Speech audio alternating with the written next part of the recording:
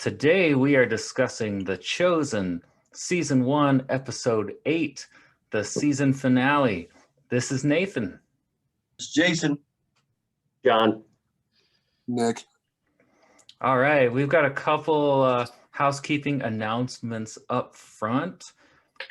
After this, we're going to do a break for a couple months, and probably first week of October or so, we'll be back and we'll do Season 2. So we were all hooked. We decided we wanted to stay together as a crew and keep watching the show together, but we got some vacations and stuff, so we'll take a little break, and we'll be back in a couple months. When we come back, I'm going to change the name of the podcast.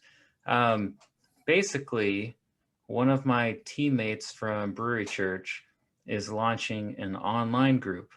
So we decided to change all of our online activities over to our parent organization, our nonprofit name, Brewery Ministries. So this will become the Brewery Ministries podcast. So I wanted to tell everybody that. So when you look in your podcast app and you can't find Church in a Brewery podcast, look for the Brewery Ministries podcast icon. And if you want to join the online discussion group, it's kind of like what we do at the brewery on Monday nights. It's going to be starting the last week of July on Sunday nights. You can go to breweryministries.org and click on the online discussions link on the menu and sign up there. So that'll be a weekly group that starts, run by my teammates, Jason and Dana. So should be cool. I also changed the Facebook page name to Brewery Ministries. So now if you look us up on YouTube, Facebook, or Instagram, it's all under Brewery Ministries. So, all right, now I got the boring stuff out of the way. When we watch these episodes together, we're just kind of focused on open discussion. We come from a variety of different backgrounds, so we're not particularly worried about exact doctrine. We're more worried about sharing openly and just kind of saying what we think. So that's kind of the purpose of this discussion. So we'd like to start out with a little icebreaker. We all share a beer that we brought to the table. So tonight, what are you guys drinking? What do you have? I got this, I don't know how to say that, German or something. This hard cider, malt, and I just read beverage. I thought it was going to be like not cider, hard coffee. I can't speak English. So I thought it was going to be like an espresso. It says espresso style, be real dark. No, light. Oh, and that is very light. And I actually just read it, and it says artificial coffee flavor. No. Is it like Nescafe? Womp womp. I don't know, man. It tastes like a vanilla latte with a lot of sugar. Do you like it? Do you recommend it? Like sweet things that's not coffee, even the fake coffee, I guess. But it's kind of like the convenience store when you get the cappuccino, and they give you that powder stuff instead of like what they get at Starbucks. That's what it tastes like. It's like gas station coffee. Have you ever seen that? Yeah, you know what it says, espresso, and it gives you the powder. I mean, it's not like you're at Starbucks with the machine. I don't know what that. Yeah. This is kind of like a knockoff thing, so I should have known better. It was only like 99 cents for the can at the liquor store, so it should have told me right there. That's a bad sign. A great sign. Are you Last time I bought a 99-cent beer, it was called Aftershock, and it was at a gas station at the Wichita Air Force Base, and it was 14% alcohol, and it was the worst thing I have ever tasted. That sounds like a straight up malt liquor. Yep. I guess if you're just going for a buzz, I guess. I mean, Yep. What about you, Nick? I'm drinking, it's called La Maison. It's from a local brewery called Taxman Brewing. It's a farmhouse ale with honey. It's good if you like honey, which I normally do, but I don't know. I'm going to force it down the old gullet regardless. Say how you feel, Nick. Say how you feel. I can't talk to you people sober. They're never going to sponsor us now. Sorry. I mean, Taxman Brewing. Nobody likes tax people. I like tax people. Again, if anybody out there's watching this has a brewery Yeah. I will sample it, dude. I'll sample it. I'll give you an honest review. If you send me a T-shirt, I promise I'll say something good. I'll shamelessly say all good things. I I'm take a sporting 3X. I'm sporting the Augustino Brewing t-shirt tonight. That's where we host church in a brewery. Sell out. Hey, I paid for this shirt. What about Never you, mind. John? What Okay. you got? Well, I just finished my coffee that was cheap and dark. Artificial coffee. I've got a little bit of tea and then water. So Is everybody disappointed with their drink tonight? I think at least he's got real coffee. It's not coffee flavored. It's real coffee. Yeah. Open that tea. Is that really tea? Yeah. It looked a little dark. Well, I'm bringing to the table Walnut River Moorbeard, which is an Imperial Red. You know how I Okay. feel about Imperials. That's my jam. So I just did a bunch of yard work and mowed the lawn, and it's 99 degrees right now. And this tastes pretty good. So I'm pretty happy with it. And that beer is real popular here in Wichita too, for the people who are watching outside. Yeah, it's the special edition of their Warbeard, right? Yeah, and that ward beer is really, it's all over the place. Yeah, it's at the bowling alley. Yeah. Good stuff.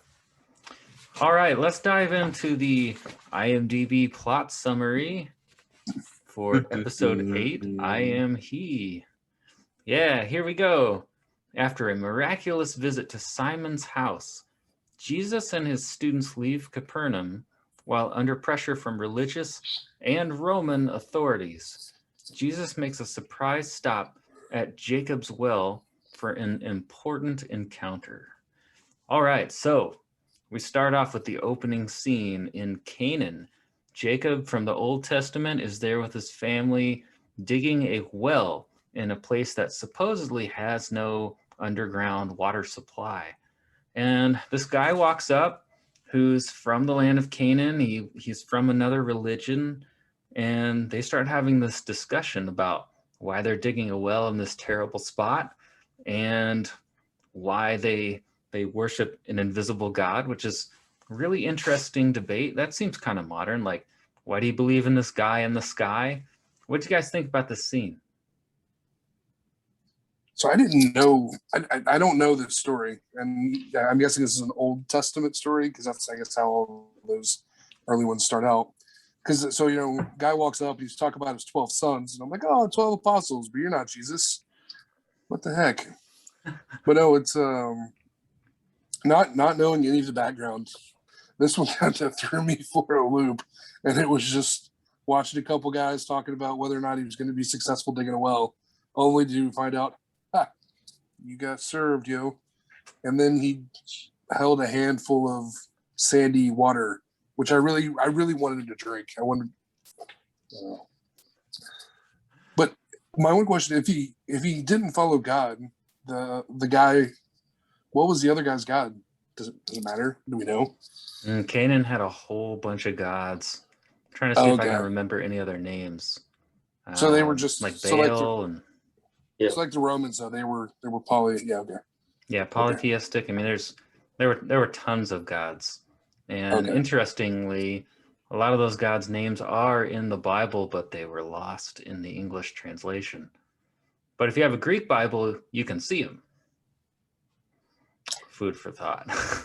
Like in the Old Testament, they changed some of the names of the gods to like whatever plague or whatever they represented. Like instead of the god's name, it now says death or pestilence in the Psalms and some of the other books and stuff like that. So I don't know. That's an interesting fact that I learned from Naked Bible Podcast. And then I got my Bible out and I looked up those words and I was like, oh my gosh, he's right. So I spent some time. Something I thought interesting. No, go ahead, John. I was going to say, I spent some time going through, because I was really curious about Yasib, I think was the guy's name or the character's name. I couldn't find a reference to him specifically, but I was trying to match up timeline-wise when this would have taken place. And it sounded like this was after Jacob had made amends with his brother. Like they met each other, and I just went down a rabbit hole with that and spent way too much time on it. But I thought it was interesting to try to keep the timeline straight in my mind with Jacob's overall story. That it would have been after he had ran into Esau on while traveling, that this would have taken place. Well, actually, observation on there. I'm always Canaan. That's actually in the Levant. It's going to be southern Israel area, ballpark. So, I don't think there's African Americans roaming around that time frame. Was going to. I mean, it's like, okay, where do you get this guy at? It's kind of popped up. I mean, I realize Africa's not that far away, but I just don't think they're coming like that. He's just bebopping along in the woods out there. So I thought that was kind of odd that they kind of, it threw me off. I'm like, where is he at exactly? I was like, is he in the wrong place? It kind of like misled me. Like is he farther south, or is he, out of the Levant? Where is he at? So I had to kind of go back and kind of glad just based on that right there. I do like the conversation where the guy kind of talks about, which I think sometimes, the God's always promising stuff. Sometimes you have to wait and all that. I mean, that's just kind of, it goes along the whole faith thing. It's kind of something that goes across all religions. I mean, you always promise these things, but then when something good happens, like, oh, I got this. This is good. And so you kind of, it's kind of the benefit to God there. I did notice one interesting thing is when he said he broke his hip. Modern day Christians would say that's the Satan doing that. He actually just said, well, God did that too. So I thought that was kind of interesting. Yeah, how did God break his hip? Awesome. Well, I think that refers back to the story of him wrestling an angel, if I recall correctly. And I didn't go down too deep that path, but I thought that's what he was referencing there. Dude wrestling an angel, and that's the path he chose not to go down? Come on now. Gotta get your priorities in line. That is a complicated path because some say that the angel is Jesus, and others say maybe it was an angel or something else or God. I don't know. So I haven't narrowed down. I didn't go down that path all the way either. I'm not sure exactly what that is. I mean, we got to look into the original Hebrew to figure that out. Why was he wrestling with the angel? Was he getting into a fight? He wanted a blessing, right? I think so. He wanted a blessing from God. Was he going to beat the blessing out of the angel? Beat it out of the angel or That's Jesus? What kind of guy he was. He was like, "Give me that blessing. You're gonna give me that blessing. Trophy. You're gonna get this stick." I'm gonna keep that in my back pocket. See if that works for me later on. I'm not sure what the logic there is. Sometimes you see these miracle stories. I just don't see the logic. Like getting in fights with angels. I mean, damn, these people sent from God. If you think God's almighty, you think he's not going to whoop your butt? Are you like, if you see an angel, are you going to jump it and be like, give me a blessing or I won't let you go? I mean, you think God's going to send these people down there, these angels down there unprepared? They're probably like, what are you humans doing? So, okay, I loved the conversation. I really liked this actor. I like Jacob. I want to see more of him, of Moses and Joshua from the last episode. But I had one beef with the scene. I was waiting to see if you guys would pick up on it. I love seeing a conversation between two people from two different religions. I love that. But my beef is I don't think this miracle, like the water, the well having water in it in a location where there is no water, I think that's made up for the show. Did you find that? I looked for it everywhere. And now Jacob did dig a well in John 4 and the woman in the well story. It references this well. In the show's defense, this isn't too different from the story about Moses, striking water from a rock and God providing food in the wilderness. So it's like, it's not out of character of the things that God was said to have done in the Old Testament. But here's my difficulty with it.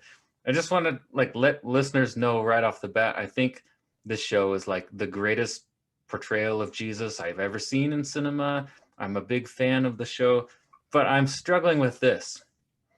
You bring up this whole debate about like, is God real? Big invisible man in the sky. And then your evidence is made up. I'm like, like why couldn't they use something that was said to have actually happened as the evidence in that moment? Like why bring that debate up in this scene if you don't have like an actual miracle God did to prove it? Because otherwise, like, people who are dealing with doubt are going to watch the story and they're going to go look that up and be like, wait, that didn't happen. And then there's the whole like, okay, how much of this is legend and how much is not? Like, it just makes that conversation that much harder that they didn't use like a real claim. But on the flip side of that, I mean, I think we talked about that before with miracles. I mean, are only miracles the things that are written in the Bible? I mean, if you look at a lot of modern day Christianity, I mean, God performs miracles every day. I mean, a friend of mine said it's a miracle he doesn't beat his coworkers every day. I mean, it's, I mean, you gotta look at. Kidding. Yeah. I'm kidding. I mean, you gotta kind of look at. I mean, I see what you're saying there, but are all miracles actually in the scripture? I mean, in this kind of narrow, I think it comes back to what you classify as a miracle. I mean, you're right, because in the New Testament it says like Jesus did many other miracles that weren't written in these books and things like that. So it's not out of character for some of the things in the Old Testament. But so I got a couple things to say on this, but I'm going to save it because it's part of one of the scenes later on. Ooh, okay, great. Yeah. I guess for me at this point in the series, I had to deal with that in episode 1. Mm-hmm. That was one of my big complaints right out of the gate, was liberties that were taken. And at this point, I'm kind of like, I'm along for the ride. Yeah. I think the overall message is good. It's storytelling. But yeah, there's definitely liberties taken. I think as long as you know that going into it, yeah, it's just, if anything, it encourages people to research on your own, to try to find those overlaps or the places where things deviate. Yeah. Actually, I remember that right. too. The first couple of series, that's what you said. At the first one, the second one, John, you're always like liberties, and all the way until we got to the kids one, and you kind of like. Yeah, I bought it because it was just miserable. I was not enjoying it. And I think I would have been fine if they like made up the water in the well story, if they hadn't brought in that like, is God real, and that whole debate into it, because I don't know, I just felt like if you're going to bring that up, you can't answer it with made up evidence, because that just makes it harder. But I mean, make up whatever you want about other characters or other things, but it's just that one thing. I would like to see in season 2 some reason given for why these Old Testament characters believe in God, because they haven't really done that. And then the first time they do it is this scene. They've done a great job of the New Testament showing why people believe Jesus is the Messiah. They just haven't gone back. We've only seen brief flashbacks of the Old Testament so far, so maybe that's something we'll get in season 2 and 3. But you hit a good point there, and I think kind of, these people are expected to believe in something, but then all of a sudden, I mean, only believing because stuff happens. I don't have water. Oh, poof, there's water. I mean, that's a high burden. So you expect God to repeat these miracles all the time? I mean, I mean, I don't believe in God because my beer is empty. Oh, look, there's a beer can there next to me. Now I do. I mean, so he has to like perform these miracles continuously. I don't think that, I think sometimes people make up miracles just to kind of justify their belief. I don't think they're like to hear in the show, but I think anything that happens is a miracle. It's a miracle when it's just coincidence or just luck. If Yeah. God continually refills my beer glass, I'll believe. That's I'll be at awesome. church every Sunday, dude. I'll do whatever you need. We paint that church. Yeah, this taps into my sensitivity about, something I've been talking about since like episode 4 or 5. Whenever they talk about faith like it's blind, that is a little bit of a problem for me, because that's dangerous thinking. I mean, that we talked the last episode. I mean, that's where terrorists come from. There's got to be some Definitely. rationale behind what you believe. If you think God's speaking to you or he's saying something, there's got to be some kind of test or logic or evidence so that you don't go down some crazy path. And the thing is, if they bring up the blind faith debate and they don't address some of that, I think they're selling the Bible short. That's my opinion, because I think there's more reasons there. I would hate to see them presented as blind faith. And I don't think they do that with Jesus. But if you take away the Jesus miracles, they almost do that in other areas. But again, this is pretty early in the show, so maybe they'll get to that. I almost think it's blind faith. And I think you look at these people who have the blind faith, it's because they're raised in these religious families. I looked at it as indoctrination. You don't have someone in their 30s just have this blind faith. People who convert. I was a drug addict and all of a sudden I'm clean, I prayed or something. There's some event that got them off. But the people that tend to just believe no matter what, I've noticed they're raised in these families and they just don't question. So in essence, that's indoctrination. Mm-hmm. Yeah, and to clarify for listeners, like I'm definitely coming from the Christian worldview, but I am opposed to that branch of Christianity that is anti-science and says you should reject all that scientists say and things like that. So we'll see where they go with this whole debate. So I'm kind of a conundrum. How about we go on to the next scene where we are introduced to the woman at the well. So she comes into, well, first, she's drawing water from this well in the middle of the day, in the heat of the day. Can't go when other people are going to the well. It's dangerous.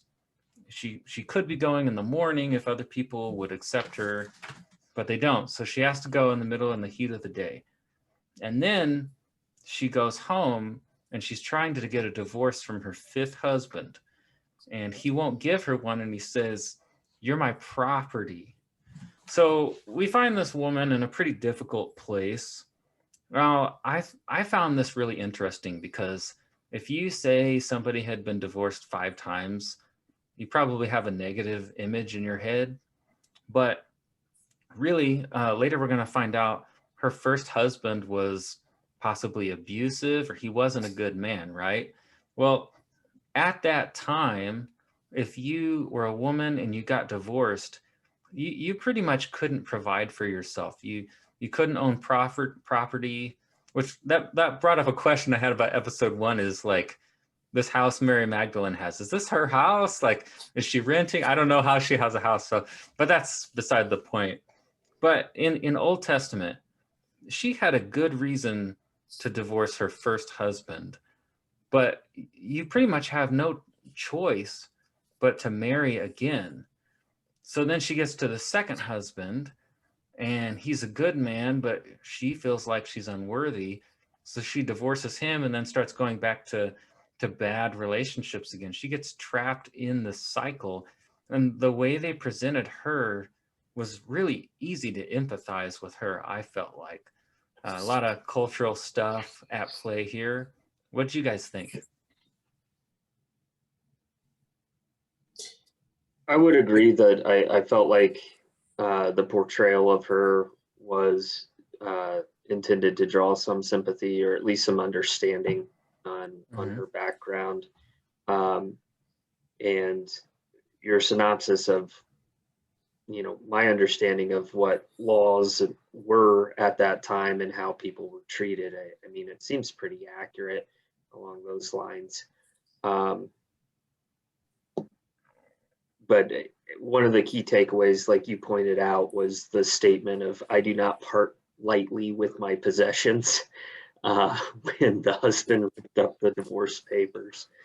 I thought that was interesting as well, where he knows the situation, like he knows what she's doing, and she's purposefully doing it to try to get away from him. And he's like, nope, you're mine. Don't care. You're going to be miserable. I felt bad for him until he said that, because at first I'm like, wow, she's living with another guy. Like, I feel sorry for him. But then I'm like, oh, like maybe this is, I mean, it doesn't necessarily like, I don't know. I don't want to get into the morality of it necessarily, because we don't know much about her situation. But like, I felt like, oh, okay, so this guy isn't as innocent as he seemed at first. Yeah. You know, I think the guy only took his, I think he got some, I mean, when she walks in, he goes, I was hoping you're a murderer or a thief and he would end my worthless life. So I think the guy just, he's not doing too well either. And I think maybe the only gratification he gets is just making her feel bad.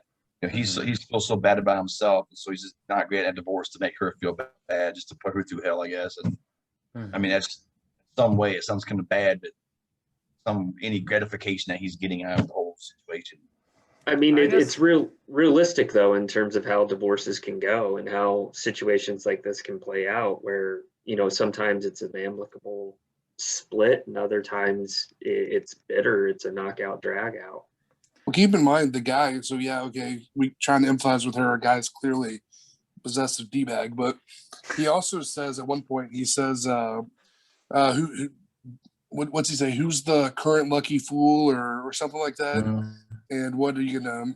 That person gonna get bored with you or something? So sure, maybe of the five, maybe the first one was abusive. This guy clearly has his own bag of issues, but there's three others in between. You say the guy who she didn't feel worthy of. Okay, well, I'm sure there's something interesting there, and there's two other guys we don't know about. So, I mean, it sounds like both of these people are guilty of not allowing this to be a great situation. But he burns the divorce papers, so ultimately it doesn't matter. Yeah, I think it's important to think about like what they've both been through, because some people, like I said, would dismiss this lady. She's been divorced 5 times, but these things are messier than they seem, and I think everybody deserves a fresh start. It's just sometimes hard to stop your past from sabotaging your future, and I kind of think that's where she was at least with the second husband. But maybe after that she just went for guys that she knew weren't good guys, because she felt like she's not a good woman, which is sad. It's like the bad boys. I mean, what's that saying? Fool me once, shame on you. Fool me twice, shame on me. What happens when you get to 5? fool me 5 times, I should die. I don't know. I was trying to find something that rhymes. I was thinking about something here, and it was just kind of interesting. He was talking to her, and he knows the theme of Jesus. He's not really going to the best people sometimes. He's recruiting. He's going to the, pretty much. I'm not 100% sure. I mean, you look at modern day Christians. I mean, we do.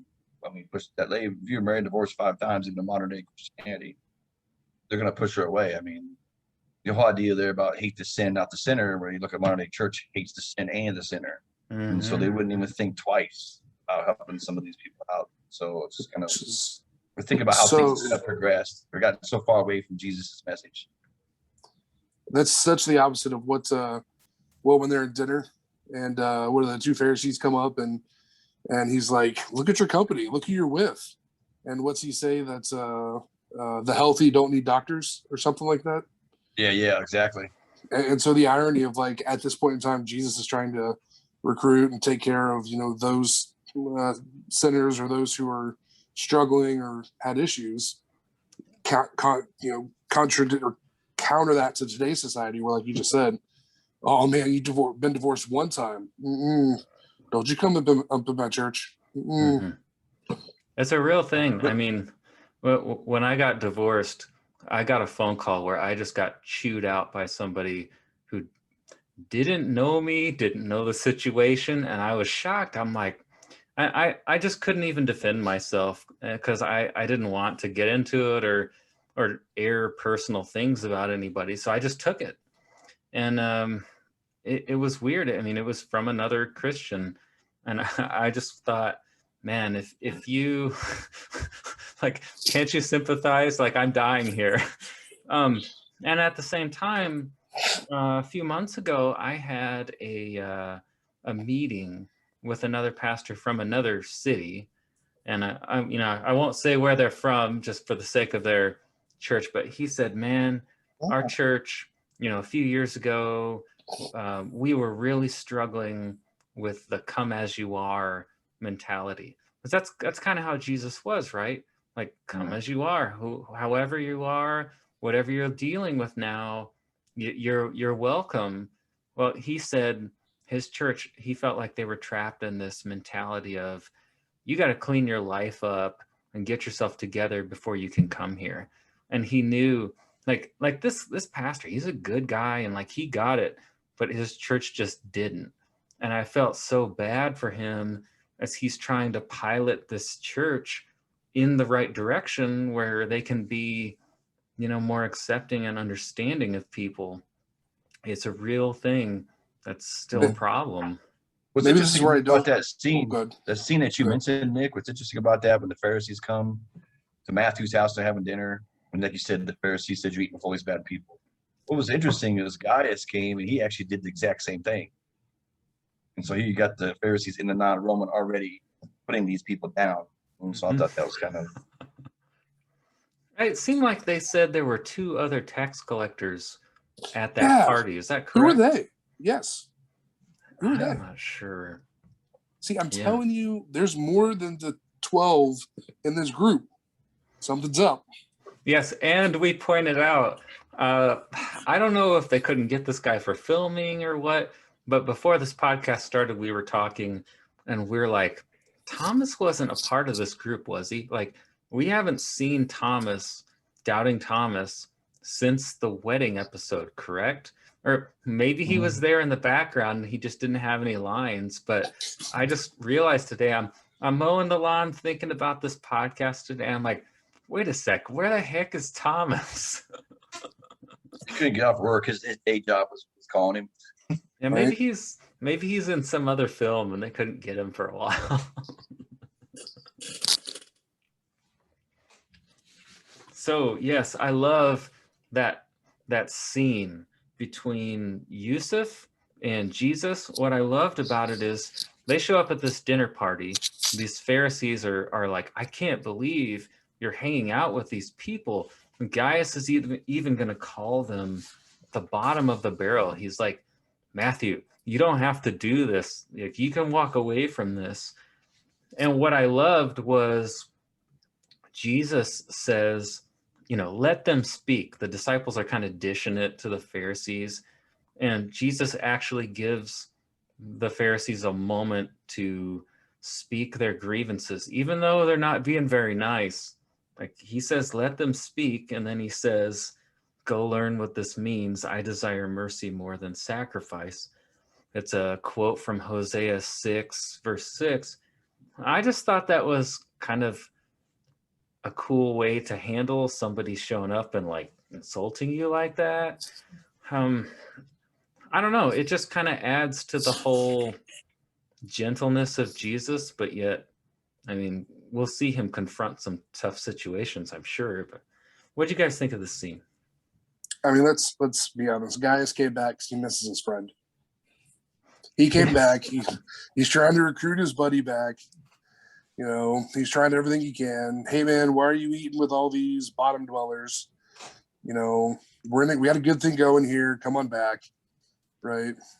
But before that, everyone's eating, and the 2 Pharisees. It was interesting. I was surprised to see Jesus let these guys get ripped on. let the Pharisees, give it back. But, to end it the way he did, like you said, the mercy over, what was it? Mercy over sacrifice. Yeah, it's an Old Testament quote. Because he says, you haven't even been to sacrifice or whatever. Was he talking to Matthew? I'm not sure. I can't remember. I just figured if you're a tax collector, you can pay your way out of making the sacrifice. Well, that's interesting. Yeah, or pay someone else to make it for you. I took that they sacrifice that Matthew's supposed to give us money. That Matthew wasn't giving his money. Good call. And so then, which was kind of interesting, is they don't like him because he's collecting that dirty money and all that. But hey, you didn't give out your piece to us, so that would have made it all right. And he makes the reference, "Well, I'm not welcome at the temple," and so then. Good call. Yeah. Well played. So I almost think that Gaius, I think somebody said that before, if it was Nick or John a couple series back. I think he's going to have a bigger role with his promotion that he just got as in charge of the area. And then plus Quintus is jumping his butt about not, being strict enough on the, you need to start trampling people, get a little stricter. I think we're going to see Gaius and Matthew kind of come in conflict again with maybe not necessarily he's doing something to Matthew, but I think it's going to be directed toward Jesus. And Gaius is such a great character. They can't leave him out. I love Gaius. Every line that he delivers is perfect. And later when he's talking to Matthew's parents, you see him like slip for a minute and he starts to say, "I think you should know," and then he catches himself and he's like, puts his front back on and he's like, "Some people I know are mildly fond of your son," and then walks off. Like then there's secretly something going on behind his eyes. He's too good of a character to forget about. I like that. Don't burn the house down. Don't burn down the house. He's skilled, man. He could play a bigger role. I do think along the lines with Gaius in this scene in particular, they did a good job of portraying the character in a way that you can't tell it necessarily if it's out of personal concern for Matthew or out of self-preservation, given his interactions and his promotions and his career advancements with Quintus. And it was on that cusp of personal and professional, and I thought that was well done. Yeah, me too.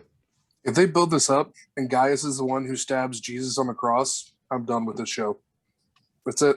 You'll be mad, huh? I'll be done. Surely not at this point, right? I mean, it's an interesting way to do it from a filmmaking standpoint. Do we know much about that individual?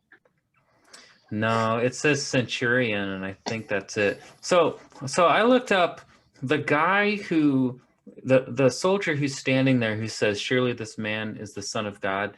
He's not the same guy that stabs Jesus with the spear, I don't think. Okay. They seem, just from a read through, they seem like separate individuals. So I'm curious to see, like, which one is he going to end up being, if either. It's interesting if you notice it says centurion, but those people were at Matthew's house, and they said, "Oh, excuse me, centurions." And he goes, "No, it's prefect," whatever he said to you. So then, he said centurion. The people did. The Pharisees did. Yeah, I didn't catch that. He corrected them because he got that promotion. So it's prefect, whatever his last name was to them. So that's fueling my theory that he's going to be the one who believes. Either the one who stabs Jesus or the one who believes. Because he just kind of stuck up on him out there. I'm like, dang, you're a little guy. Yeah. I love that he showed up because he didn't have to be there. Yeah. Means the show has a 50-50 chance of losing me. Just saying. We'll see. We'll see which way it goes. So I did like that quote. So I desire mercy, not sacrifice, because that is an Old Testament quote that kind of shows God's mercy. Well, we've kind of talked about Old Testament God is scary. Sometimes when I reread the Old Testament, I see these verses that seem like God has mercy, but I just like missed him before. So I like that he brings this up to the Pharisees, because it's almost like, hey, if you guys are such pros, all you do is study this stuff all day, you ought to know about this verse. Go learn what it means. It's kind of like, it could be an insult in a certain way, but he delivered it in a really good way, I thought. Mm-hmm. Goes back to a kind of a slam on modern day Christianity, and they tend to pick and choose verses, right? Yeah. So, Yeah. Man, I just did it because I just didn't. I don't know if I was just reading with a certain lens or what, but yeah, a more recent read of the Old Testament, it read different than I remembered, which is interesting. What did you guys think about this scene between Nicodemus and his wife? This is a big scene, I think. Mm-hmm. I think it starts to show that Nicodemus is slowly buying in a little more than, we thought here. She's all about wanting to go back to their life, and he's just like kind of listening at that point. But it's definitely the turning point, if not a little after the turning point. So I felt like this really played into a point I had made on a previous episode, comparing Simon's relationship with his wife and Nicodemus's relationship with his wife, where having that partner drives a lot of your decisions. And this kind of set the stage for Nicodemus to be able to second guess. You can tell he's conflicted, and doesn't know what to do. Because on one hand, he has this person that he cares and loves for, that's very supportive of him, but only in one direction, in terms of, I love our life. I want to go home. I want to see my kids. I want to see my grandkids. It doesn't really seem to be very supportive of his other pursuits in terms of knowledge and searching out and exploring more with Jesus. So I thought that was kind of interesting, and this is kind of a tipping point, I think, for Nicodemus, where the last episode, he was, we're on a holy rooftop, and then here we're like, there's already doubt creeping in, there's concern creeping in, the reality of it is hitting him. You got to look at so you said you compare the two relationships, right? So Nicodemus's wife, she has a lot to lose. If Nicodemus, pulls it up and is like, all right, guys, I'm going to wander around with Jesus. I don't know what happens to her, but I can't imagine the life she leads or lives is going to sustain or stay the same. And I can't imagine her kids and their kids' lives will stay the same. I mean, I'm sure there's some sort of chastising or casting out that would be involved with his family and Nicodemus. But you look at Simon and his wife, they don't have much. They're struggling to pay debts and things like that. And so here Simon's like, hey, you know what? This guy wants me to follow him. And so she sees hope, and she sees her husband's returning to a form that she's never seen before. So you know what? I don't have as much to lose, and my husband looks excited about life, a side I've never seen before. So in my mind, that's why they're a little different. It's just different situations. I look at Nicodemus' wife is, I think she's a little bit self-absorbed, a little bit self-centered. I think she likes the idea of, it's kind of like a woman marrying the president or marrying some big wealthy guy. Anytime they move up in stature, you also move up as well. And so, Nicodemus just got this, this big award. It's only given he's the only one that's got it. He's obviously wealthy. He's well respected. And so in some way, all these good things happen to Nicodemus also happens to her. And so, when you look at Simon's wife, I think his wife's more supportive. I think she really they're in tune with each other. She more cares about. I do agree with you, Nick. I mean, she don't have as much to lose, but I don't think she's really cares about, you know, Simon's status if he moves up to help herself move up. Nicodemus, though, I think he actually has. I think he's buying in. I mean, he is. I mean, he left the gold coins there, all that. I mean, you know, Jesus says you were so close. I mean, but you're just asking Nicodemus to give a lot up. And not only is he giving up all of his wealth and stuff, the Pharisees will probably want to hunt him down. I mean, it's just a lot of that. He's kind of, it's just, that's a lot for someone to kind of go away. I mean, it's kind of like, you know, Jeff Bezos, the wealthiest man in the world, say, hey, just give up all your wealth and your statue, just become a nobody and roam around. That's hard to give up, all that lifestyle. Simon's wife is also dealing with a parent that's on her deathbed, and not having Simon or his brother around puts that entire burden solely on her, not only to provide for the day-to-day, but also to provide for care, constant care for a dying parent. And I don't know, I kind of look at it as they have a lot to lose, just in different ways. You served it up. I'm taking it at this point. Why does it take episode 8? Now, granted, Simon's been around with Jesus for, I don't know what, 4 or 5 episodes at this point, maybe less than that. Why does it take episode 8 and Simon to be burdened or concerned about his wife taking care of is it Simon's mom or her mom, regardless, taking care of her mom, for Jesus to be like, I got this, I'm gonna heal you? Are you kidding me? You as a Jesus, you chose Simon. You know Simon's got hardships. His mom is dying, and Jesus has been around that before. It's not like he suddenly was like, oh man, you got a dying mom, oh that sucks, let me fix that. No, he knows. So why does it take so long for him to help this lady out? Like, it baffles me. It plays into my bigger question of, okay, so we've seen him. He healed a guy. He healed a leper. He healed a paralyzed man. He healed Simon's whatever with whatever she had, fever, right?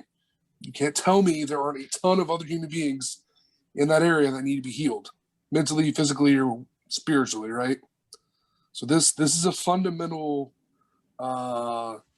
sticking point for me. You know, when I try and dive in and believe in Jesus. Jesus did all these miracles supposedly, but there's so much more he could have done. So why, in the most obvious setting, does he let Simon's mother-in-law suffer for so long? And Man, only that when is they're a like, great question. yeah, only when they're like, we're going to bounce to another town, and Simon's like him hawing around, does he come about and be like, hey, I got this. Well, for this particular question, Simon's mother-in-law's story arc, you have to correct me if I'm wrong, but I think that was made up for the show. But what you just raised is a question that, that's a legit question in real life, because there were other people who probably needed healed. There were times where there were giant crowds following Jesus around and he withdrew. I mean, there were still needs there. So yeah, that's a tough question, man. It kind of puts a little bit of merit. I think it was Nick's question a couple of series ago, is were these really miracles? I think you said that, or are these just kind of staged? I mean, if you're just being real selective on who you're healing instead of just, hey, just let everybody line up, I'm going to heal everybody. Kind of. I think what's also interesting is, as close as Simon is to Jesus, he never asked Jesus beforehand, particularly when Jesus started healing people, hey, can you heal my mother-in-law? I do agree with Nick there. I mean, the guy's stressing out over this stuff, and he's going to let him walk around for a while. I'm just going to let you stress out before I do anything. So, I mean, it is kind of odd. Saved it from the Romans. Right. Not to, again, separating show from biblical stories, but show-wise, just a couple episodes ago, he saw Jesus collapse from exhaustion. So after performing a day with a line full of miracles, right? Or am I? That's season 2. I've heard about that. I haven't seen it yet. Oh, Son you of jumping a ahead, dude. E-word. I'm out. Oh, that's See you. great. All right. Leaving the meeting. Thanks, John. Thanks. But with that in mind, if it does take a toll on him, I can understand that. I think what this calls him. End of the day, he's a man. Like You're right. He's portrayed as a man. He has to eat. He has to sleep. And what's the end goal here? And not, I say that rhetorically. I guess the point is, what is Jesus's goal? And okay, is the goal to save everyone and let everyone live forever while he's here roaming around trying to, get people to buy in? I don't think so. I mean, that's not the thing. So yes, if you don't fit the need and the purpose of his mission, I get it. But at the same time, he is forgiving. He is merciful. He forgives us of our sins, right? He's water to wine, right? So little Timmy walks up with polio and he doesn't help his mission. So is he just going to let him be? I don't know. I mean, obviously we don't hear about those stories in the Bible. At least I don't know. I haven't read them. So this is a hard part for me. It's tough. Well, this is good because, okay, so Paul, Paul's like one of the most famous early church fathers, right? He says he had some thorn in his side, some issue that he couldn't get healed from, and he just had to live with it for whatever reason. We don't know why. Some people think it was blindness. I don't know. Sometimes I think it was some issue in his life that he was dealing with. But you guys are making really good points. I mean, I don't think any human really has this answer in completion, and it may not be satisfying, but I think this: if God becomes a man, he somewhat subjects himself to human limits. So that goes along with what you guys just said. I think he's probably got his eyes on the next life, rather like getting people to the next life is his big goal. So if it plays into that, he might do it. Like a miracle is a sign that gives you a glimpse of God.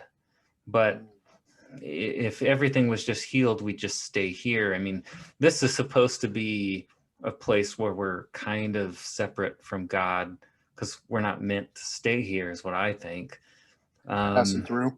Yeah, and the only other thing I can think of is I like C.S. Lewis's work on this because he says like bad things are what prompts you or to develop the good characteristics that we all value in life. So like, for example, if there wasn't hardship, you couldn't develop patience, or if there wasn't danger, courage wouldn't even exist. Things like that. Like whatever you care about in this world and value, the bad stuff has to exist in order for the good stuff to exist. So that's the only way I can reconcile it. But I will admit I don't fully have I don't think any human can fully understand why God would let that stuff happen. There was a statement I made. I told you about this series. It's on YouTube, Google it, or search on YouTube. Don't Google on YouTube. It's called Alpha, ALPHA. Yeah. Anyway, so there's a statement they make in one of the episodes, and it says, and I always refer back to this because it's such a statement. It's either Jesus and Christianity is real, or it is, by and large, without a doubt, the greatest single hoax in the history of all time. So the question then becomes, which one seems more likely? Yeah, but see, in that regard, there you got. Keep in mind, it's not only there's Nazim and Islam as well that are up at their numbers as well too. And so, if you look at how these things got spread out, this is for information technology. It was more or less forced on people, way from the beginning. So, I think that kind of has a lot to play into it. That's interesting. Yeah. That will just an interesting perspective. That will pair well with our future discussion about the Council of Nicaea that we plan to investigate. Yeah. Don't you think man kind of has, I think the reason why everybody's, there's no society on earth that doesn't worship some deity or some god or something. And so I think inherently man wants to believe that he not here by himself. There has to be some reason for these things. So that's where they come up with religion. So there is no society that doesn't have some sort of religion or something there. I've been binging, and I'm not going to dive into it because it's way off course. I have been binging on the History Channel, Ancient Aliens, and I've had to like turn off my minds when we come here and talk because it's I like love it. It's because it's like you just said. There's no society on Earth that doesn't worship a higher deity, and I want us to be like aliens. But Do you remember what I said about the opening scene about the different gods? Okay, I might get hate mail for this, but without trying to go into a huge rabbit trail, there is an explanation that I think is biblical that explains why all religions exist. So I'm just going to whet your appetite. Look up either the podcast is Naked Bible Podcast.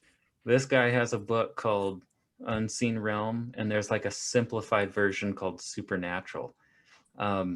This guy, looking at the original language, the Hebrew, says that God created other spirits, right? Like he has a spiritual family and humans, an earthly family, right?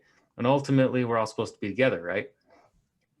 Well, you know how humans can either choose to, follow God or not? We have free will, right? Same thing in the spiritual realm with these beings he created. So this guy is saying that those other gods in the Old Testament, some of them might be made up, but some of them might actually be another actual spirit. So like a little g God, like a God that it's a spirit that God created that wanted to be seen as a God. So he's saying that these other religions actually have a spirit under them. And when the Tower of Babel incident happened and people were split up, it says something about like the sons of God or something received their inheritance, that he like sent these spirits to govern the different nations, and thus they all have different gods. So like the gods of Egypt and Exodus might be actual spirits. So it basically explains why all of these different religions might exist. So that sounded nuts, right? At first. I got into this because a guy, Barry, came to church in a brewery, right? And he's this really studied rabbi, and he was talking about some of this stuff. And I was like, what in the world? So like, this sounds like polytheism or something. So then I go look up some of the stuff from Christian scholars. Christian scholars, like Bible scholars, actually believe this. It's just that a lot of pastors don't know. Right? So I got some other books. I grabbed some commentaries off the shelf of my pastor's bookshelf, and they confirmed this. So when I saw that opening scene of this episode, and that guy is talking about these other gods and stuff, in my mind, they may or may not be some of those spirits. So I don't know what you guys will do with that. If you want to go down that rabbit trail, look up that podcast and look up, I think it's Deuteronomy 34 worldview or something. I mean, that's a whole rabbit trail, but I personally find it fascinating. And yeah, some of that stuff was in the original Bible, and in the translation, like I said, they took it out. But if you go look up the Hebrew and look up some of those words, pestilence, there's another God's name there. So you guys think that is crazy or what? There's an Unseen Realm movie. Just throwing it out there. Are you I'm kidding Googling me? on I my didn't work even know phone. about this. I watched this seminar. There's a YouTube seminar. It's called, just Google Supernatural Seminar, and the 6-part series will pop up. Whether or not you believe it, it is the most fascinating thing I've ever seen. So that's my You have rabbit just trail. you've screwed me. I don't know how I'm gonna watch these, but I'm going to. Dude, I would do a podcast series just on that seminar. Dude. How are you Michael doing Heiser. on Dr. Michael Heiser? That's his name. Yeah. Are you doing okay on time? Do we need to skip to the end here, or? I think I'm okay right now. Okay. Nobody's beating on the door yet. Okay. So the Gaius scene. Gaius visits Matthew's family. How about this? What do you think?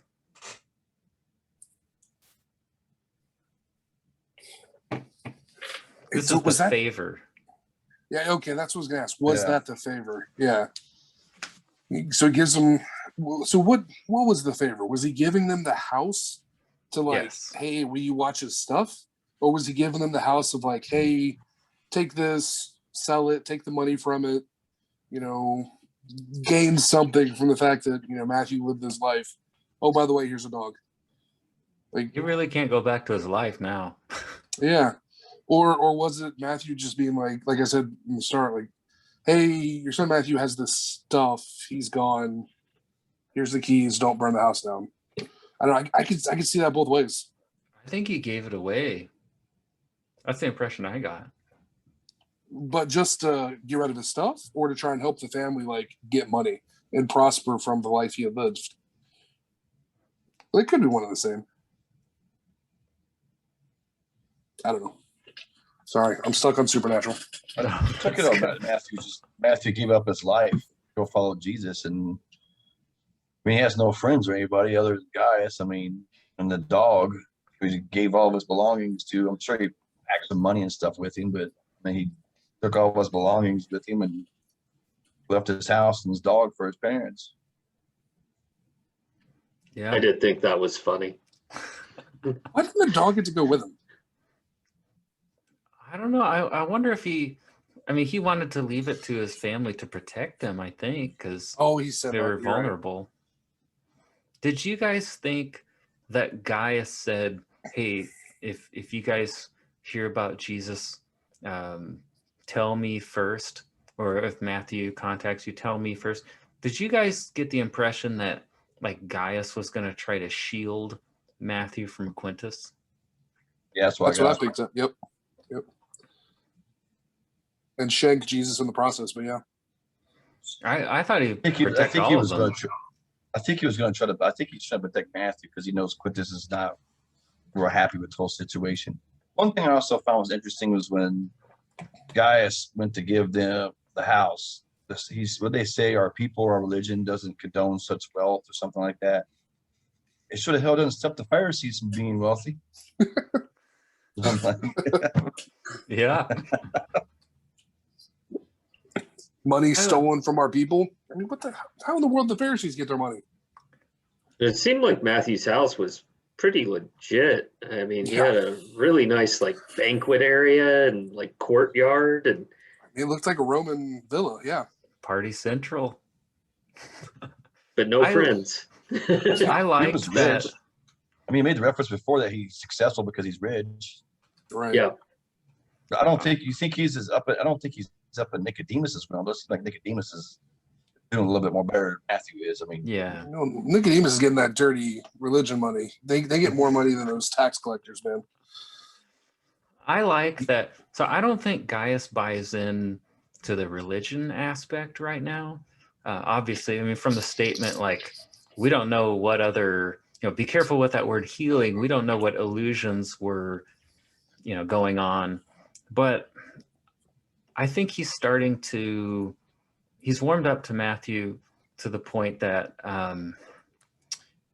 they come from completely different systems, right? they have different social status. These are groups that maybe should be a little bit hostile to each other. I think that's kind of cool that he's warmed up to them, but he still doesn't necessarily buy into the beliefs. I like where he says the. Did you say that just to say that? Or you say that? Oh. Good. Go ahead. Well, I was gonna say I just like that. Gaius was part of that group that surrendered to the Romans, and Matthew makes that statement. He's like, "Yeah, I'm surrendering to this cause, just like your people surrendered to the Romans." Mm-hmm. Interesting relation there. Okay, so they're kind of relating a little bit. That tells you. You think when Gaius said that, we're not careful with that word healing. I think we gotta remember, Gaius is still Roman. He's still following Roman guidelines and stuff. I think he's just going out of his way, uncharacteristically.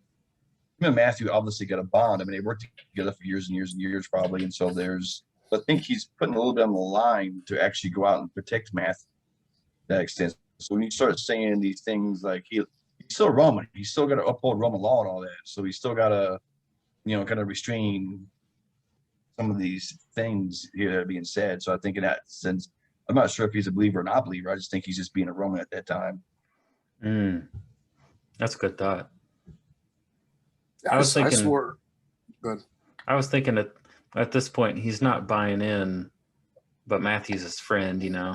I think it's cool because you're seeing what would be normally isolated social groups, and when they really get to know each other, they kind of warm up to each other, and some of those differences kind of break down. I kind of like to see that on screen. Yeah. But I think it's interesting because, I mean, Matthew's obviously an outcast. He's never able to talk to. Gaius is it's military. I don't think he has friends. Everything's in order. Everything's orderly. Either you're my superior or I'm your superior type thing. So there's no really personal conversation. So the only person he has to look him and Matthew, they just happen to be friends just based out of need. They need each other at the time frame to talk to, whether they realize it or not. Mm-hmm. I'm surprised when Gaius told, I can never remember his name, oh boy, that Matthew left. That interaction Quintus. I thought that interaction went a lot better than I thought it would.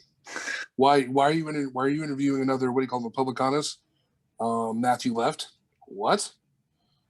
Okay. And then he's like, issue the edict to bring Jesus in for questioning. And that could have gone south real quick. I mean, all right, guys, you're dead. Someone take him out back, knock him out. I want to replace him. I want to replace Matthew, and find me this Jesus dude. But guys kind of threw that in there. He didn't really just come out blanket, just tell. But he just kind of slid in with other business. He just kind of. Yeah, he tells the bad news in little bits. He's like, "Oh, what? you're interviewing your replacement." Matthew left. He goes, "Tell me." I figure Quintus is probably very upset. I mean, that was his leg up on his competition, to get utilize Matthew's brain. Oops. So to back up a little bit, there's a couple scenes I skipped over. We've got the Jesus and Simon scene. I thought it was really funny to see that debate. Like Simon's like, well, you already know what I'm thinking anyways. And Jesus says, everyone knows what you're thinking most of the time. It doesn't take God's wisdom. And then I actually thought of Jason because we were talking about like, well, some things can be explained and not everything is a miracle. So I kind of thought of you during that statement and I was laughing. Yep. If you're around someone all the time, you kind of know what they're thinking, right? I mean, if we got coworkers, if they're upset or something, they're upset about something. They're probably, personal details and stuff about them. So, I mean, everybody, I think it just kind of falls into that. Yeah. Right. I like it. We got a 3-day travel ahead. What, are we going to run to Jerusalem? No. I'll tell you later. Shut up and listen. Okay. And plus on that, there's one more thing, actually, I noticed on that. Me being the cynical, I guess. Jesus chastises them for questioning. He says, yes, we have to have this whole question every time I make this decision. It's going to be a long day. We'll get irritated or something. I find that interesting because I kind of think sometimes that's the whole fundamental core of religion. This is what it is. Don't question it. just do what I say type thing. So I kind of thought that was kind of interesting that he brought that up. I felt it was out of character. Maybe I'm wrong. I just really felt like it was out of character. We've been shown this Jesus for seven and whatever, 9/10 episodes. And then all of a sudden he's like, dude, if you really question everything over this journey, it's gonna suck. Like, back off. It's like, whoa, easy guy. What happened to the dude that turned water into wine to make a party host happy? Come on, man. There's two reasons that they raised that they didn't want to go to Samaria. One of them is safety, right? It was a dangerous place. There's lots of robbers. There's the story of the Good Samaritan. But the other one is actually discrimination. I don't know if it came through clearly in the show. They didn't play it up as much, but like people hated Samaritans. The woman in at the well, you know, like she is a Samaritan. Part of the reason she's looked down on, part of the reason she can't go to the temple in Jerusalem is simply because she is a Samaritan. I mean, if she goes to Jerusalem, nobody's going to know who she is. They're not going to know about her 5 husbands, things like that. But she can't go in there because she's a Samaritan. I don't know how clear the show necessarily presented that idea, but really, I mean, this is almost like a discrimination, racism issue. And maybe that's part of why Jesus kind of says that the way that he does. But yeah, I thought that's an interesting dynamic that's kind of important. Isn't that the whole story of the Good Samaritan, though? I mean, yeah, you got the lowlifes, you know, that are going to, you know, do good things. So, I mean, that's kind of the. Go ahead, John. No, there was that whole interaction too between Jesus and I think it was Simon, where they were talking about going into the city and the back and forth about, well, they did this to us, and Jesus was like, well, yeah, but before then you guys did this to them. Like, I love that. Yeah. It all starts somewhere. You know what that reminded me of? It's the Crusades. Because you know how some people like wholeheartedly defend, they'll defend the Crusades like, oh, they were fine, nothing bad happened at all, nothing wrong was done. And then other people will see it as a mix. Some good things happen, some bad things happen, and other people see them as all bad, right? Well, Jesus brings up this temple issue. We destroyed their temple 100 years ago. He doesn't excuse it. Like, he acknowledges it happened. He's like, hey, we did this to them. So I thought that was really interesting and kind of thought-provoking. I thought the Crusades, I don't know, did you guys think anything about that? I don't know the history, but like you said, you know, he showed the back and forth that, you know, easy, not so fast. You know, neither side here is completely innocent. Yeah. You know, I well played by him. I view the Crusades that way. People say if they didn't happen, Islam would have conquered all of Europe and, you know, tried to take over the world, you know, Napoleon style or something. I don't know, but I know from looking into the history, both some good things, you know, maybe like that, and some terrible things that happened during the Crusades. So I think you're hard pressed to just completely excuse them all. So I like that Jesus acknowledged like the bad things that maybe the Jews had done. You know, look up the history on the Crusades. It's been a long time since I've learned about those. Of course, recent Ancient Alien episode says the Knights Templar were human hybrids put together to grab the Ark of the Covenant, which was actually a nuclear reactor used to create mana with the mana machine that. Okay, I'll stop there. They say Anyway. Jesus's miracles are powered by aliens. So they acknowledge that he performed miracles, but they literally showed, I was at the gym and I saw that episode come on. They literally show a UFO spaceship come and hover over him and like a tractor beam come down and power him to perform miracles. Just a quick comment on the Crusades. I mean, the Crusades weren't all targeted toward Islam. I mean, you had the whole Eastern Orthodox split up there. So, I mean, a lot of times they targeted other Christians as well. Mm-hmm. Yeah, I'm interested because I think whenever we get into our Council of Nicaea investigation, that's going to come into play. And I'm interested to see what really happened historically, because I know what I've heard, but I'm looking to see what's the historical record. I'm interested. I'm not expecting it all to be pretty. And now I need to look up the relationship between the Crusades and the Council of Nicaea.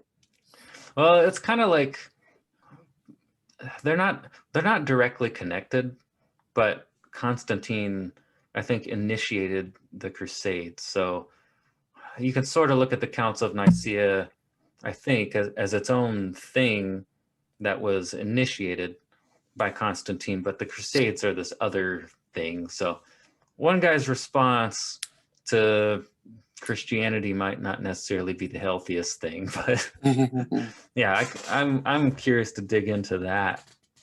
Okay, so the one other big scene here, well, I guess in the last scene, there's one more thing that I really liked. When they're talking about going through Samaria, Jesus said, "Did you join me for safety reasons?" And I thought that's really interesting. And that's not the picture of modern Christianity either necessarily. And that almost ties in with that whole Nicodemus discussion with his wife, because Nicodemus starts talking about Hagar. God called Hagar to a difficult road, he says. Well, the first time I saw that scene, I thought Nicodemus was talking about himself. He's like, we don't always choose to be on these hard paths. The second time, I thought, wait a sec. I think Nicodemus is putting a feeler out there to see if his wife will bite and if she'll choose the hard path. And she says, well, when we go on these hard paths, God comforts us, but then she rejects the hard path. I'm like, what in the world? It's like, wait, you believe this, but then you're not going to do it. I thought that was interesting. Then we jump forward a few scenes. Now we've got the disciples, and they're struggling with the exact same thing, because Jesus is like, did you choose to follow me for safety reasons? Did you think this was going to be comfortable? Things like that. Joke's on them. That's awesome. Little John, you're did they munching know. on some thoughts. What do you think? I'm just along for the ride on this part. All right, let's jump into the Shmuel Nicodemus scene. That's the other big scene, I thought. You've learned nothing from me. All right. Well, that's the mic drop. Yeah, Shmuel found he is passionate about false prophecy. So it seems like he wants to, what did he say? He wants to petition to search the archives on all false prophet matters. So it sounds like he's going to go after Jesus, and he thinks he's going to go teach all over the region and stuff like that. So I found it interesting that Nicodemus kind of takes a passive role here, but also says, hey, you didn't learn anything from me. And I think we know at this point, Nicodemus is sold that Jesus is the Messiah, but he acts like he doesn't think that to Shmuel. And I think that's just to save Jesus's life. Maybe his own too. Probably. I actually think Shmuel is I almost look at Shmuel almost like Quintus. I think he's real ambitious, and I think he wants to move up in the church, and I think he cares less. I think this whole looking at false prophets thing is just a way for him to get attention and move up in stature. I mean, he's more or less said Nicodemus was his teacher, so as Nicodemus moves up, it somehow makes him look good too because he's the student and all that. And so I think he's just real ambitious. I think Nicodemus kind of calls him out on that. I like that comparison between Quintus and Shmuel. Although Quintus I love Quintus and I don't like Shmuel at all.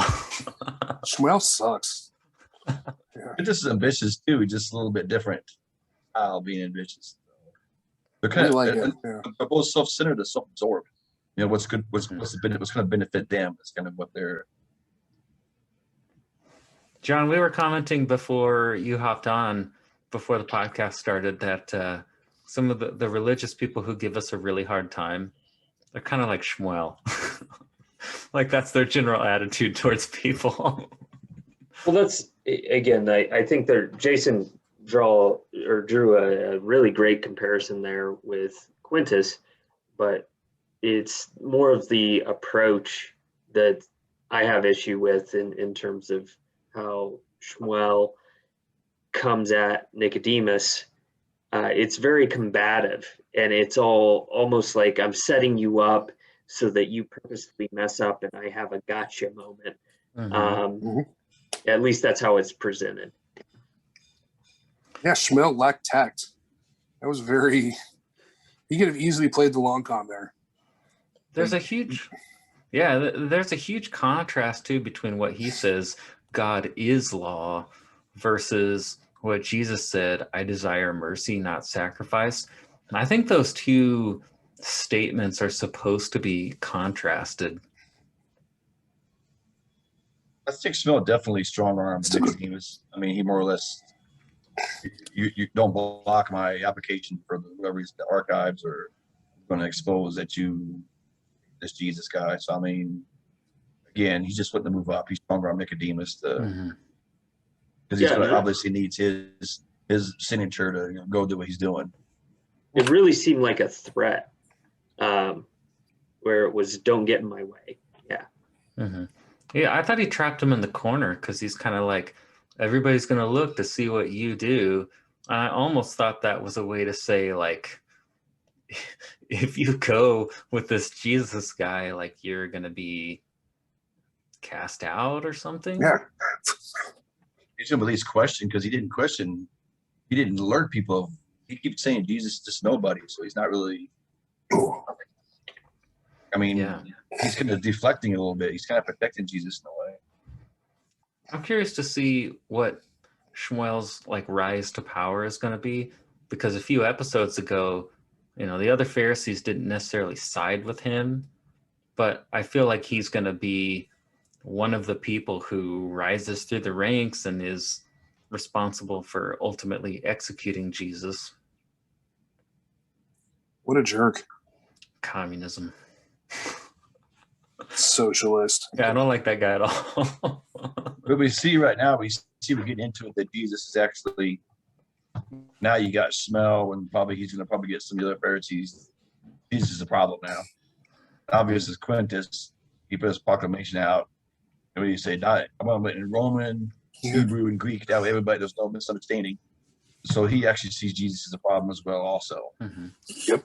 Isn't that interesting though? Because like at the dinner at Matthew's, he says something like, hey, tell your people I'm not here to, start a revolution or overthrow Rome or what. Like he's trying to tell them that he's not a threat, but they're going to see him as a threat anyways. Absolutely. So to fast forward to the scene where Nicodemus leaves the gold, and we find out Nicodemus decided not to go with Jesus. I assume he did this because he loves his wife, and his wife obviously wasn't interested. But man, was this hard for you guys to watch? Yeah, I wasn't. He was sitting there crying. I was like, all right, man, first off, like, get yourself together. But number two, I understand that, like, you say he did it for his wife. I think it was more personal. He's still struggling internally, right? I could be completely misreading that, but I don't think he was trying to decide between screwing his wife over or, going back to her in that life. I think it was, he listened to Jesus. He bought in, he was on the holy roof, right? He bowed down before him. And yet he's got Shmuel talking about false prophets and all this. And he's not ready to literally throw it all down and move on. But he is just curious enough to give him some gold. So he's dipped that toe in. He's just not ready to dive in head first. That's how I interpret it. What about you, Jason? I think he's I like how Matthews kind of looks in that little purse, just automatically calculates. That's 2 weeks worth of boarding. I thought that too. Yeah, that's great. I think, it's like I said before, I think Nicodemus struggles, and Jesus knows that he's there. Because he says, anybody else want to join us? And then he's like, oh, and you were so close. Everybody's like, well, who are you talking to? And so, I mean, it's like I said before, I think Nicodemus just has a lot to, you ask him to give up a lot. One thing to kind of go back on, whole situation. Remember we talked about Gaius tells Quintus that he ran off of Jesus of Nazareth. And so I was kind of thinking a little bit there that, and Quintus says, "Oh, I hate Jesus, and I hate this guy, Jesus of Nazareth." Now he more or less just took Matthew. So I think also that also might play a little bit onto Quintus's role in wanting to get Jesus also Matthew from him. Yeah. I think we go back with Nicodemus, so I think he's just like I say, he's got a lot. He's trying to sacrifice. He's a lot to give up, and I think that's why he's crying, because I think in his mind and his heart, he knows this is the Messiah, but he's just not really ready to gamble all or nothing on this. Is this like asking Bill Gates to become homeless, or like the president? Like, hey, just leave your job tomorrow and come out in the desert and wander around. So from an acting standpoint, Nicodemus was by far my least favorite character when this whole series started. I thought his acting was terrible. It was over the top. And then I thought on this episode and that scene in particular, he sold it, and it was very believable in terms of what he was feeling and the investment and the turmoil. I don't know. I thought it was interesting that transformation, because again, first time he's introduced as a character, I'm like, this guy's terrible. This is going to be brutal. If I gotta watch this guy this entire series. And he's the only one that really has any legit acting experience, right? If I remember right. Yeah. He's in The Mummy. Yeah. I mean, he's in some other stuff. I mean, yeah. But just I that found he had that scene in episode 1 where it almost seemed like Anchorman, where it's like, I'm Ron Burgundy. And it was just like, okay. I don't know. You're pointing out the exact couple scenes that I noticed that with. Like when they asked him to do dramatic pauses, that's like not in his range necessarily as an actor. No. And then after the second episode, like when in second episode he says like someone else, and like he doesn't put the pauses in there in a natural way, and it's like maybe the director figured out how to direct him after that second episode, because he was excellent after that. But those first 2 episodes, it's like he was good in places, and then there'd be something like that, and I'd be like, he's not quite nailing it here. But man, the last 2 episodes, he was outstanding, I thought. Absolutely. Well, we got one more scene to go. It's this last scene with the woman at the well. I always wondered how Jesus ended up at the well by himself. And so I thought it was cool. He sends the disciples into town, and then he has this dialogue with a woman who kind of seems a little bit, she's obviously been through a lot. She's been hurt, but she seems a little bit hostile towards him, and he slowly warms her up over time. What did you think about this scene and maybe the picture of religion, Christianity that he paints, maybe versus what we've seen in our experience?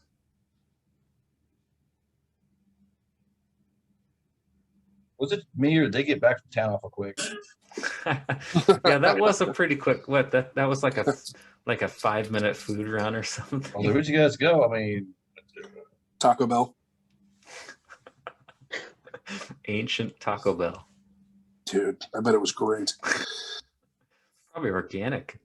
I don't think she was really buying into it either until we started going into detail about things that probably nobody knew about, like her husbands and all that. Starts going in, your second husband smelled like oranges, and every time you walk by oranges, you think, I mean, just these intimate details that only she would know. So I think it was kind of, I kind of question, of all people to pick to send you a message, it's just the person that you want, the person that's more or less the scarlet letter of the town. I mean, nobody, I mean, hell, she can't even get water with everybody else. I mean, nobody wants to be around her. They're going to listen to her. Hey, I found the Messiah. Yay! She was running down I mean, What makes you think they're going to believe this one? I mean, it's kind of interesting.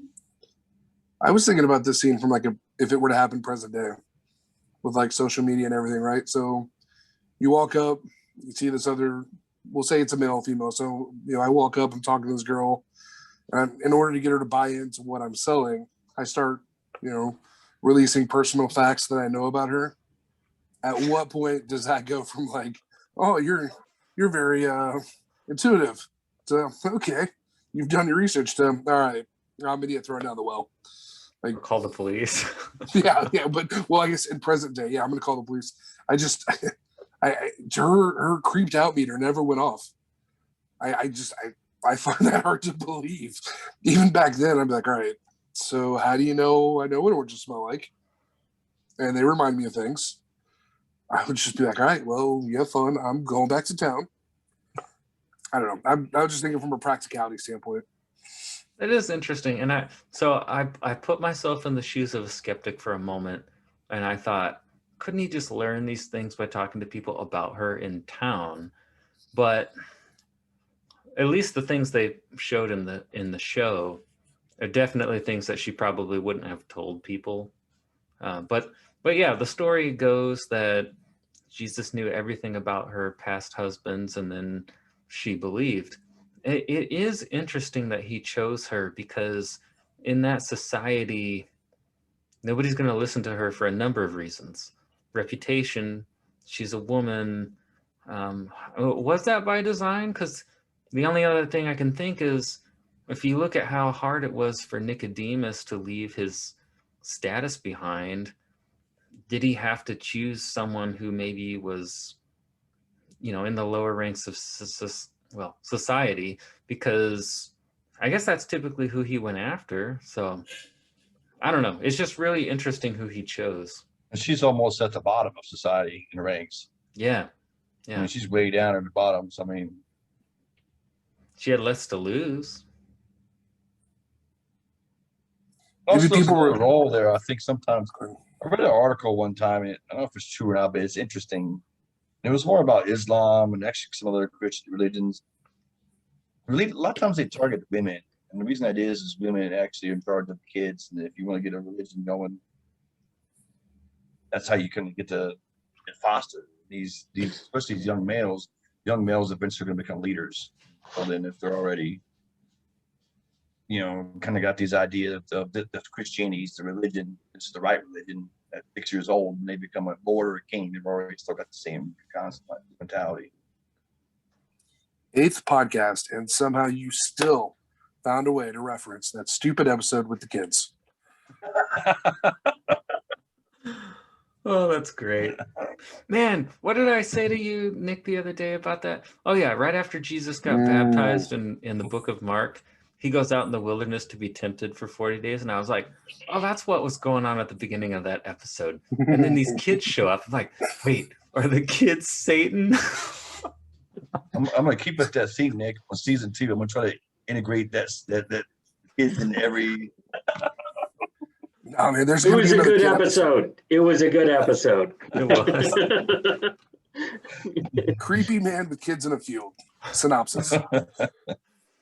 I really like the picture of religion that, Jesus is painting here, because he's showing that, okay, man's made this religion where it's inaccessible to a lot of people. Some people can't participate.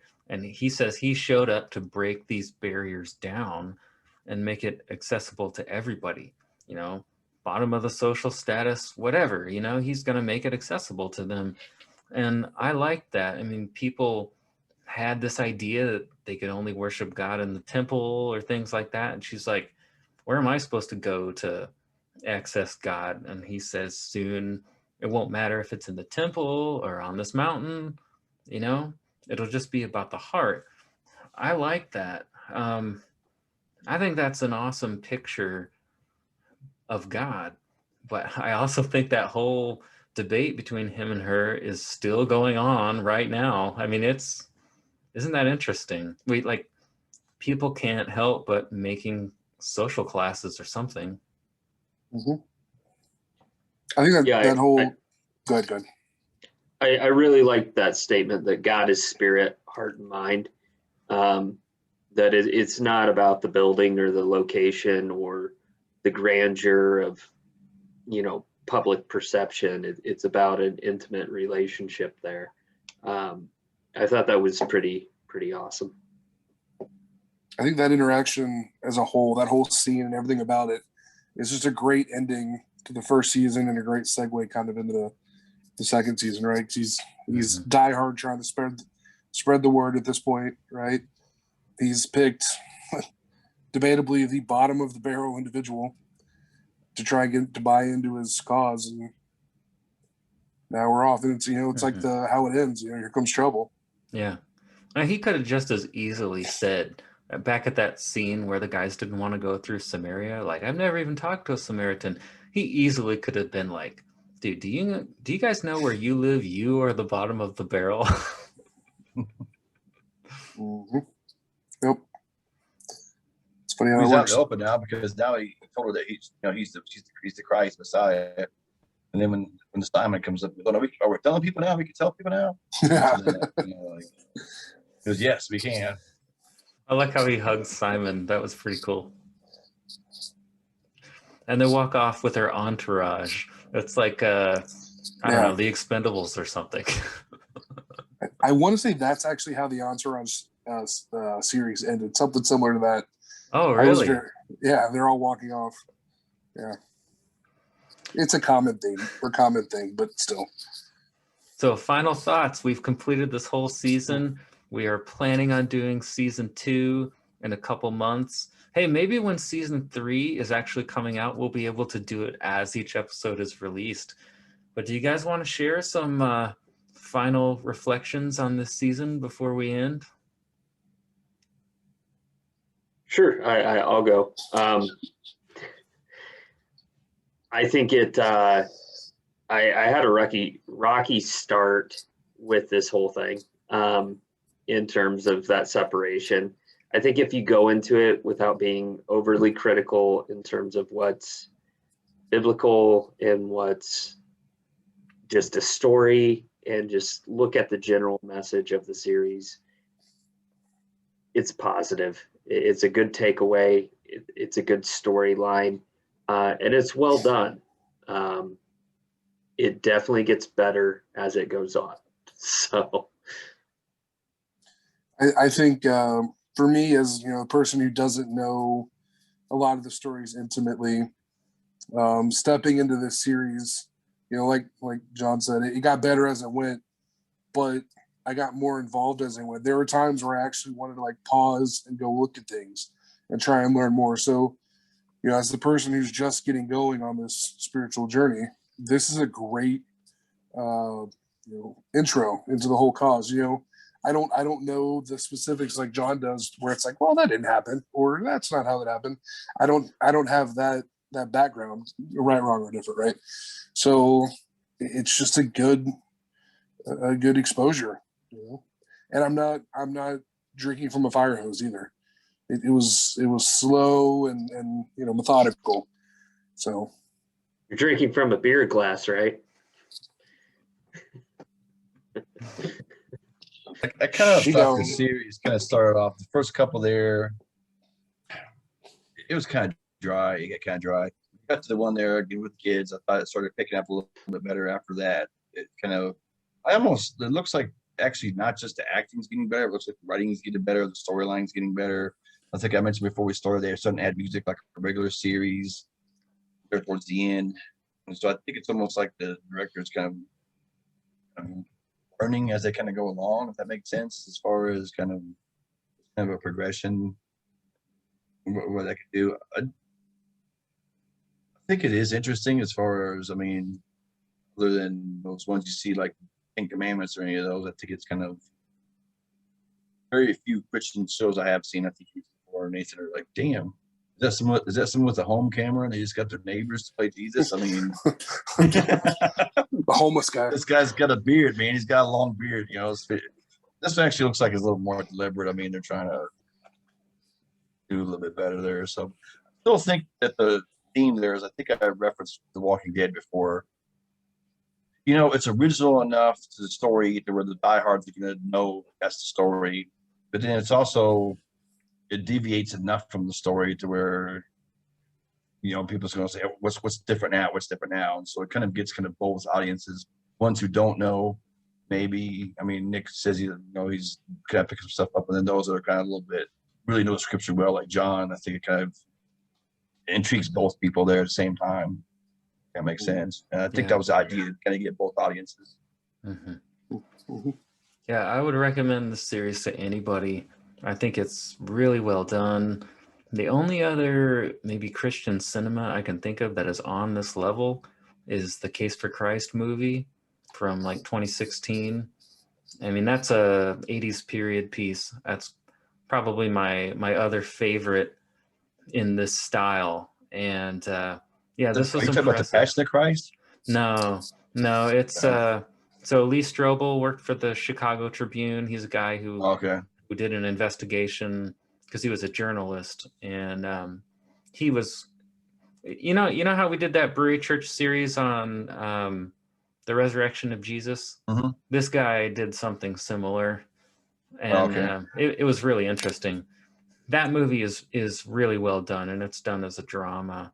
But this was far beyond what I expected.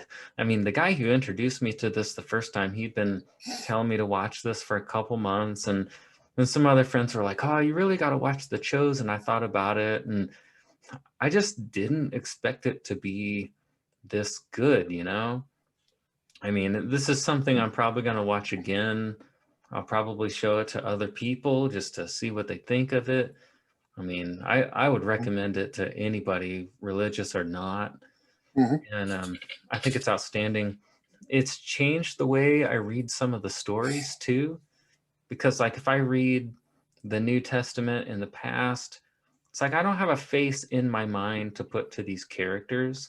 So it's easy to kind of read it like they're not people or something. Like there's a little bit of a disconnect. Well, seeing it on screen like this kind of brings things to life. Like I knew Jesus was like this. I knew this was his general attitude, but now, I mean, it's like I see it in a different level now. So I think it was outstanding. It's definitely worth it. I can't wait to do season 2. And yeah, I mean, doing this podcast with you guys was probably one of the most enjoyable things I've been doing this year. I really have appreciated your perspectives, and I'm super stoked that you guys all want to do season 2. So looking forward to kind of like it that it kind of goes off of the traditional. I mean, was it History Channel did a biblical story? Was it Ancient Aliens? No, it was Ancient Aliens. It was one of I remember because they got criticized because they said Satan, because right before Jesus gets crucified, he talks to Satan. For some reason, the actor looked like President Obama at the time. They really criticized it real bad, and so of course the actor played Satan, and so. But the thing was, that one wasn't really. That was just. I thought it was filmed good. Actors were good.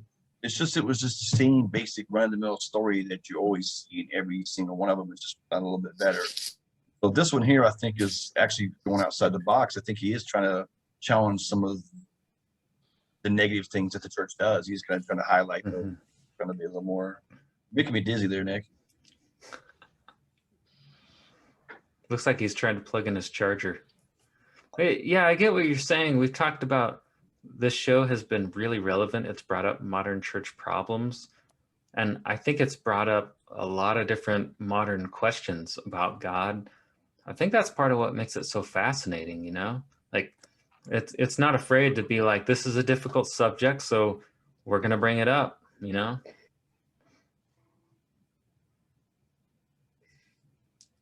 Good stuff. Well, thank you guys for being on this ride with me. And in the fall we will do season 2. So listeners, I hope you can join us for that. In the meantime, if you want to follow us, Brewery Ministries on Facebook, Instagram, YouTube. Right now, if you look up the Church in a Brewery podcast, if you're in July of 2021, you can follow us there. But the name is going to change when we start season 2 in early October, we'll change it to the Brewery Ministries podcast, just to have a uniform name for all of our online stuff. So hope you can join us for that.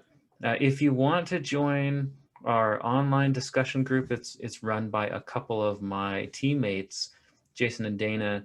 They're going to start a group online at the end of July. So go to breweryministries.org, click on online discussion group, and you guys can actually walk through some of the scriptures behind the show. I think they're actually going to go through the book of Mark, which is what Church in a Brewery started out doing. So that could be something that you guys could enjoy if you've been listening to this. So, all right, well, can't wait to do season 2, and we'll see you guys soon.